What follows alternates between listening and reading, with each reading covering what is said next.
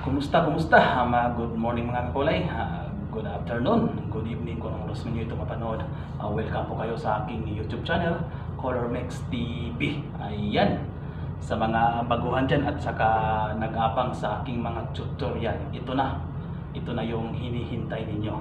Back to reality. Magtuturo tayo ng paano magtimpla ng mga klase-klaseng kulay at sa mga klase-klaseng pintura. Sa mga nag-DIY, sa mga baguhan dyan, sa gustong matuto, ito na, tapusin nyo lang hanggang sa dulo. Ngayon, maipakita ko sa inyo, marami talaga akong trabaho, bawat minuto sa akin, bawat segundo mahalaga. Wala na talagang patay-patay ng oras. Kung nasa trabaho talaga tayo. Ito, may kunting pasilip ako. Hindi lahat ng mga sample iba-vlog ko kasi kailangan ko lang tutukan talaga, pabilisan. Pero ngayon, busy talaga tayo. Kasi alam niyo na, basta tag-init, dikdikan talaga sa trabaho, maraming gagawin, maraming pinding, minsan may pinding, minsan marami talagang gagawin talaga. Grabe, sobra. Ngayon, marami tayong sample na gagawin. Ayan, ito. Maraming sample na binigay.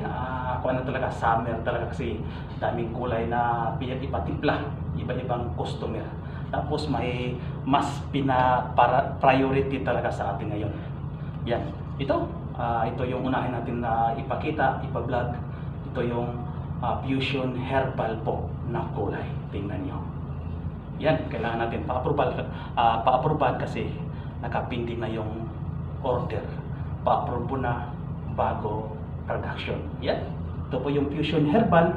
Ang gusto nilang ipagamit sa akin, automotive lacquer matte color. Ayan po, matte ang gusto nila, pero automotive lacquer po. Single component, walang catalyst, lacquer thinner lang po, all goods na. Ayan, tapos pagkatapos natin magtimpla nito, siyempre yung for approval, dito natin ilagay, dito natin i-spray yung natimpla natin na fusion herbal. Yan, ito yung kahoy na binigay nila for approval. Ito muna natin ang unahin, yung fusion herbal. Ito ang ipakita ko ngayon. Ito ang ipakita ko ngayon kung paano ko ito tinitimpla, anong mga pangulay ang gagamitin ko, at anong minbest ang ginagamit ko. Light color lang po siya, alam nyo na, basta light color, alam nyo na kung ano ang minbest na gagamitin. Ayan, marami pa pa tayong ipakita talaga, marami pa tayo talaga kasi hindi naman lahat ng sample iba-vlog ko kasi kailangan ko din tutukan talaga yung gawain ko dito, yung responsibilidad ko dito ba, kailangan ko talaga tutukan. Minsan update tayo sa mga tutorial, minsan hindi man kasi kailangan din na maging focus tayo sa trabaho natin. Yung pag-YT ko, tulong din sa mga tao na gustong matuto paano magtimpla ng mga klase-klaseng kulay o klase-klaseng pintura. Tulong ko din sa kanila ito. At least may kunting idea sila at may kunting idea ako maibigay sa kanila. Sa mga nag-DIY, sa gustong matuto, sa mga baguhan, naging paint mixer, ito na. Tingnan nyo lang or i-share nyo lang yung mga video ko para marami tayong matulungan na ibang tao na gustong matuto paano magtimpla. Ito yung mga pangulay na titirahin natin ngayong araw. Yan. Tapos ang priority natin yung fusion herbal. Ito talaga ang unahin ko. Yan. Yan. Tara. Mag-umpisa na ako. Let's go!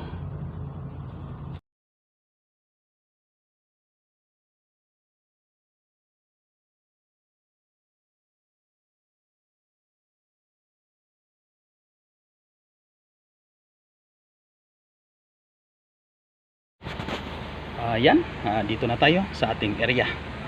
Ito yung main base natin, automotive lacquer matte white. Light color lang po yung fusion herbal.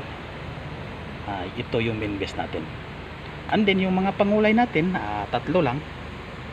It's D10 na talo blue, it's D2 na lemon yellow, and then it's D9 na black neutralizer.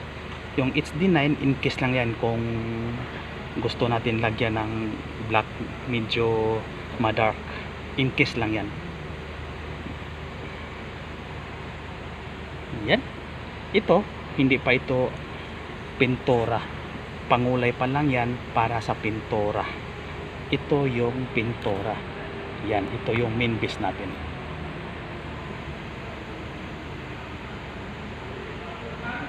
Tara, umpisa na tayo. Ayan, mag-umpisa na tayo.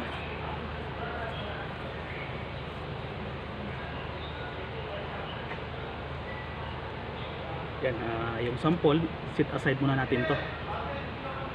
Sit aside. Yan. Yan. Ito na.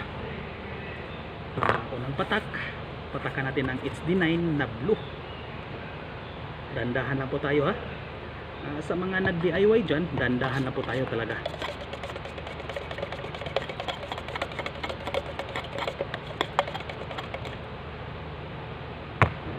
Patakan natin kunti ng HD2 na lemon yellow.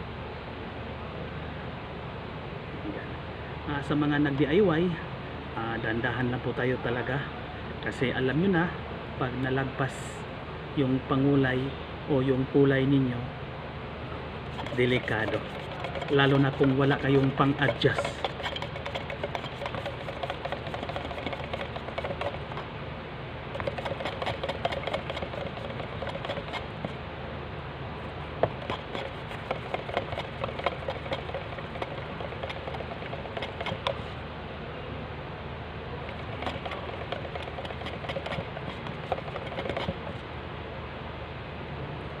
Patayin natin yung lemon yellow.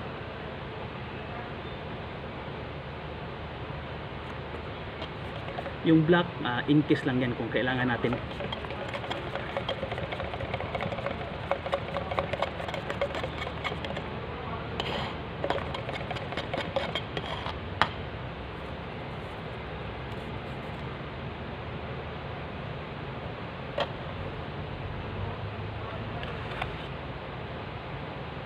Dark siya, lagpas siya, kailangan natin ng neutralizer na white na. Ganon talaga, katulad sa akin, nalagpas ako, nasobra yung pangulay ko, kailangan ko din ng neutralizer. Yan ang matindi, basta lalagpas tayo, kailangan may pang neutralizer tayo.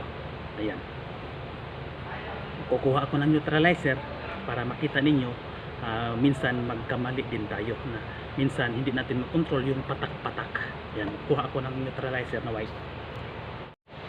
Ito na, ito yung neutralizer ko. Lumagpas tayo, kumuha ako ng neutralizer na white. Magdagdag tayo ng neutralizer na white.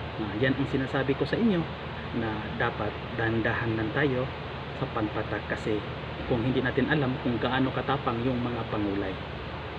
Yan.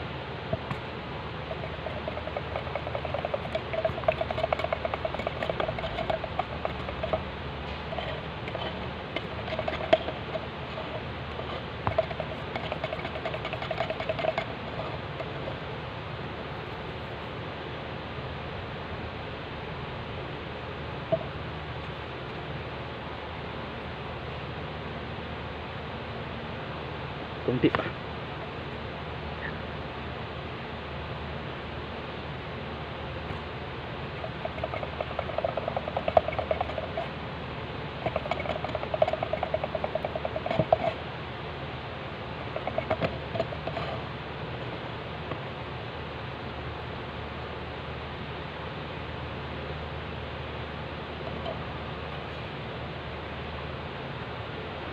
Yan.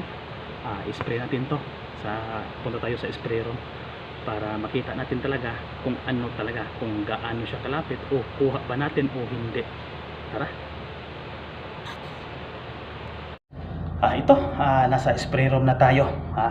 Ito na yung natimpla natin na pintura. Sabi ko sa inyo, sa mga nag-DIY dyan, dapat control din tayo sa pagtitimpla, sa pagpatak ng ating mga pangulay. Kasi hindi natin alam yung pigments kung gaano katapang. Yan talaga yung i-consider natin. Kailangan natin ng dahan-dahan lang. Tingnan ninyo, lumagpas ako, di ba? Hinahabol ko yung sample, hinahabol ko yung tinimpla ko para maging parehas man sa sample nila.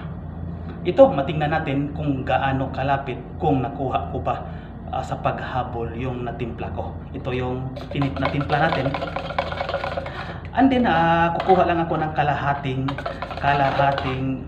cup para sa pag-spray natin for approval. And then yung natira, ito na yung control namin, at yung control namin saka ko nagawa ng formulation pagkatapos ay pag na-approve na yung sample. Ganun lang kasimple sa akin. Ganun lang yung sistema ko. Approve muna, kung ma-approve saka ko na gawa ng formulation. Tara, umpisahan na natin.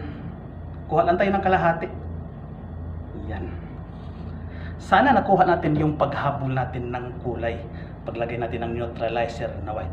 And then, single component lang po siya. Lacquer thinner lang po. All goods na siya.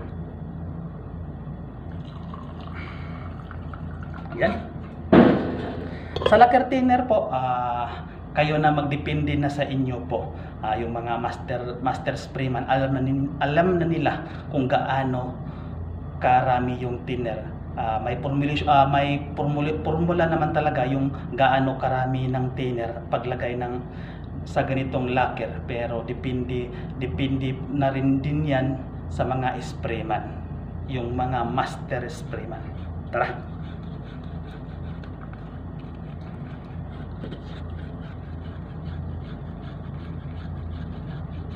Yun.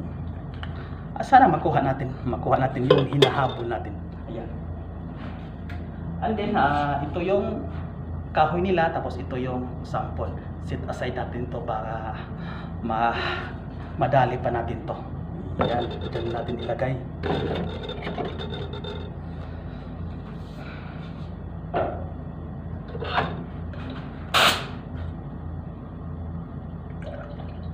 Yan.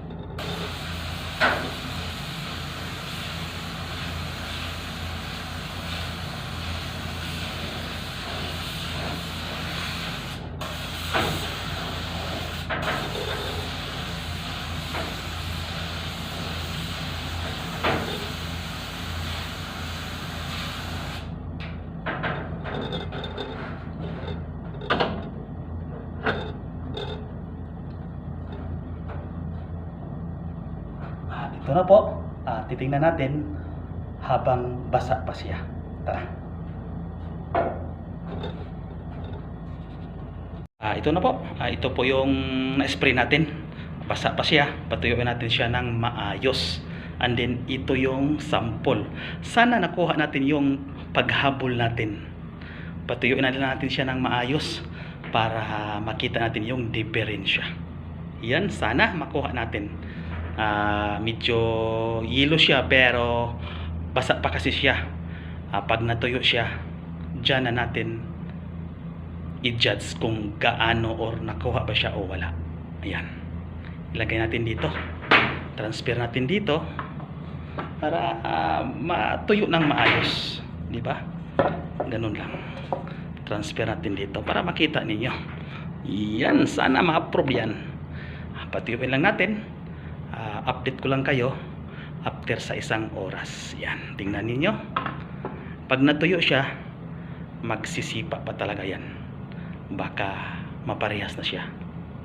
Update lang tayo pag natuyo na after sa 1 oras. Ayan na, ito na yung sa atin, ito na yung final finish natin after sa 1 oras mahigit. Natuyo na siya talaga. Ito na yung for approval natin. Tingnan nyo kung gaano din siya kakwalite. Hindi lang kulay, yung pagtira din natin, paano natin gawing maganda yung paggawa natin ng for approval. And then titingnan natin kung gaano siya kalapit. Ito yung sample natin. Ayan, tingnan nyo kung gaano siya kalapit. Yung hinahabol natin, yung napasubra tayo, yan, gaano siya kalapit, kung gaano siya kapareha. Nasa 98% pa rin yung kuha natin. Hindi natin i-perfect talaga kasi hindi naman natin alam kung anong mga pangulay ang ginagamit niyan. Tingnan nyo, kayo ang husga kung sa tingin ninyo parehas ba. Sa akin nasa 98% talaga siya. Yan, hindi talaga siya, medyo may konting diferensya or buhukan sa tingin ko, pero okay na siya, all goes na siya. Sila nang bahala kung i-approve nila o hindi, pero sa akin 98% talaga. Yan po, yun na po ang for approval natin. Ito yung kahoy na binigay nila, tapos ito yung sample nila. Yan, Fusion Herbal, yan po ang description na binigay nila sa atin, yung kulay na to.